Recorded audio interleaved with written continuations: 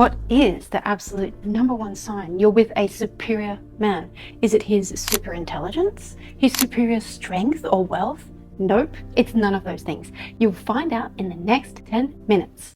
Hi, my name is Renee. My husband and I have been teaching masculine-feminine polarity for the past 15 years. And if you were to ask me what constitutes a superior man 10 years ago, I would have given you a very different answer. Because it's easy to get influenced by the media and Hollywood. It's easy to get distracted by shiny objects or symbols of success. You might even be influenced by David Data's book, The Way of the Superior Man.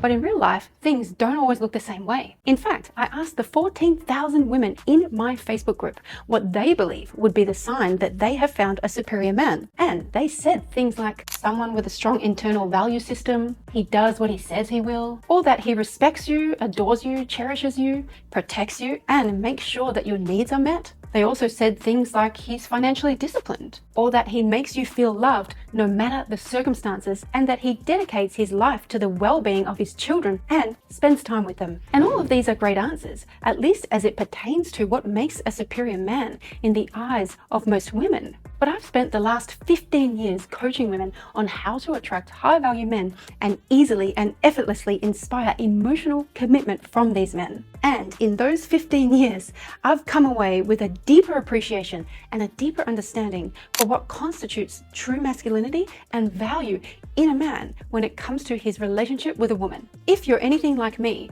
then you need and want a man who is intelligent and who can take you places you cannot go by yourself as a woman. This type of man makes your life infinite. So, first things first, how exactly can we measure a man's superiority? Well, the true measure of a man's superiority is his value in comparison to other men. Men mostly compete with each other to win high-value mates, not with other women. So we find the answer to this question of what makes a superior man by looking at the innate strengths that the masculine men of the world have that women don't have. I'm talking about those innate biases and skills that masculine men lean towards and that many feminine women lack because they're built to excel at different tasks. Also, it's what women tend to lack in natural skills that makes men valuable to them in a relationship. Those skills that women value in short and long-term relationships that can be intuitively felt by women all across the globe. Men are born without a womb and without the ability to bear children. They are built stronger, faster, and hairier than women.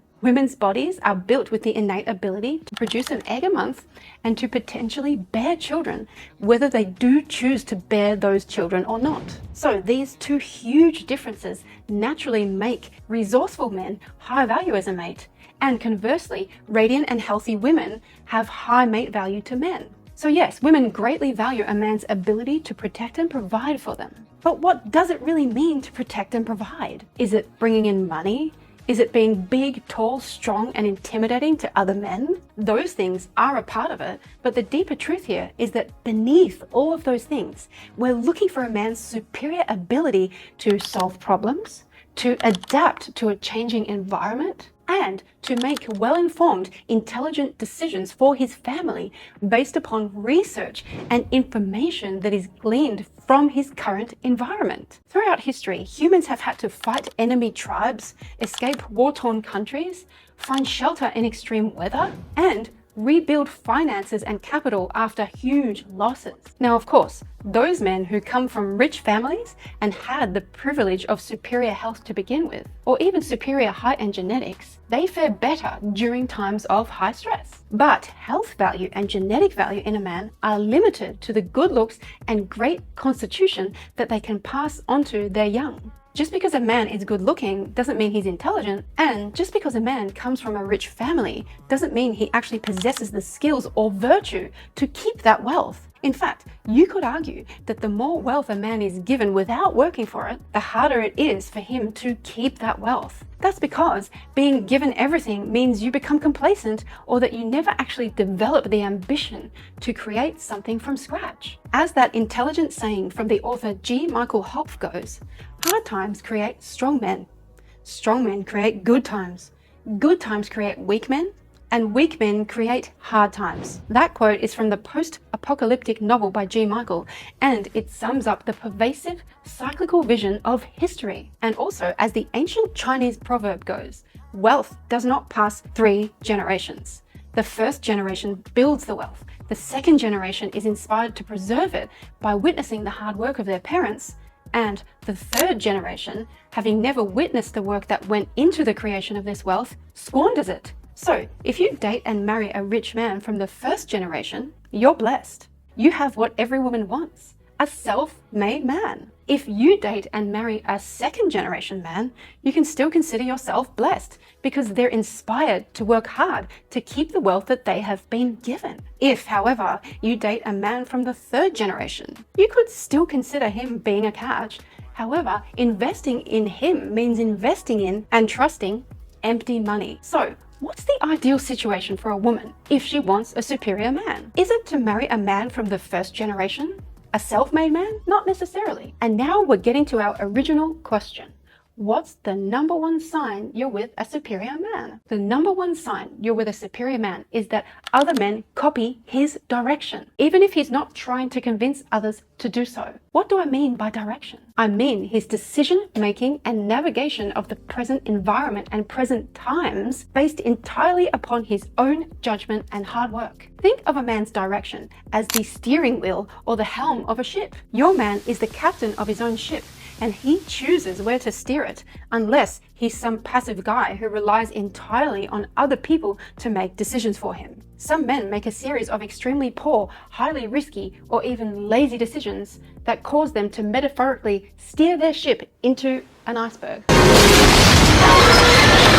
Other men may take less risks, but make more calculated and calibrated decisions based on many hours of digging deep into all the knowledge that's available to them and to humans today. And all of these decisions, direction, and judgment is valuable because he has earned it himself. So it's authentic and therefore more trustworthy and on point. Basically, think of a man's effort and research as his blood, sweat, and tears, and many sleepless nights learning on the job. Because he spent hundreds of hours getting his hands dirty, the quality of his decisions gradually yield greater financial and spiritual rewards. These rewards translate to evidence of real-life success to other men and women. Other men pick up on a man's success and they try to copy his decisions because it's much less energy intensive to copy a decision than it is to put in the effort of learning from scratch by yourself. It really is a lazy way to steer your ship. And if a guy gets sucked into the charms of a narcissistic male friend or role model who has faked all of his successes and copies what he sees that narcissist doing, then he's definitely captain of a sinking ship. But the superior masculine men of the world who have earned their quality decision-making skills do embody their masculine direction in a way that signals value to others. You can consider the superior man to have the authentic masculine direction that is based upon relevant, timely, and intelligent research. Most men find it too taxing on their resources to research all the important things at a deeper level. So they either copy the direction of other men, and sometimes women, who may be smarter than them, or they may pay someone to make difficult decisions for them, or they just opt out of making these difficult decisions altogether and accept being average. However, most decent men do try hard to make the right choices by a woman and by their family. Many good men like to fill their minds with knowledge. You know the old images of dads reading the newspaper in their comfy armchairs? Although nowadays it's more like sitting on the toilet with their phone watching YouTube for 10 hours.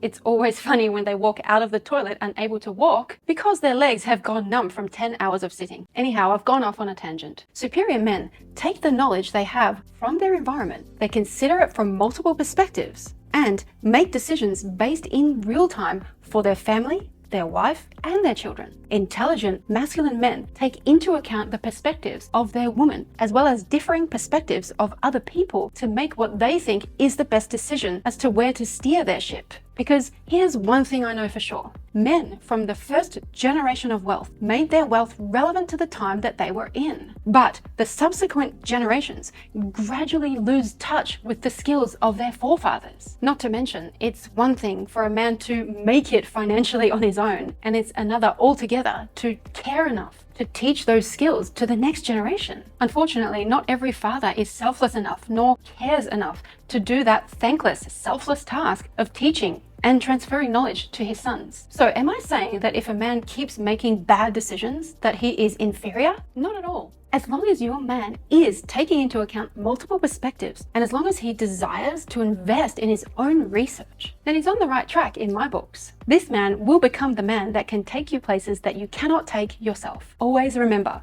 choose wisely. Don't just choose the men who look shiny on the outside, because all that glitters ain't gold. Now, if you want to go deeper with me and get a PhD on understanding men and the masculine perspective, I recommend you take my most popular course, Understanding Men. The promise of this course is for you to discover the secrets of the masculine perspective so that you can get through to any man, connect with him heart to heart, and inspire his deepest loyalty and commitment. I'll make sure to have the link to that program in the description.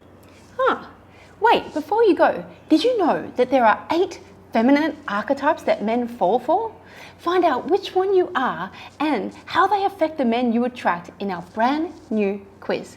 Click the link on the screen to learn more.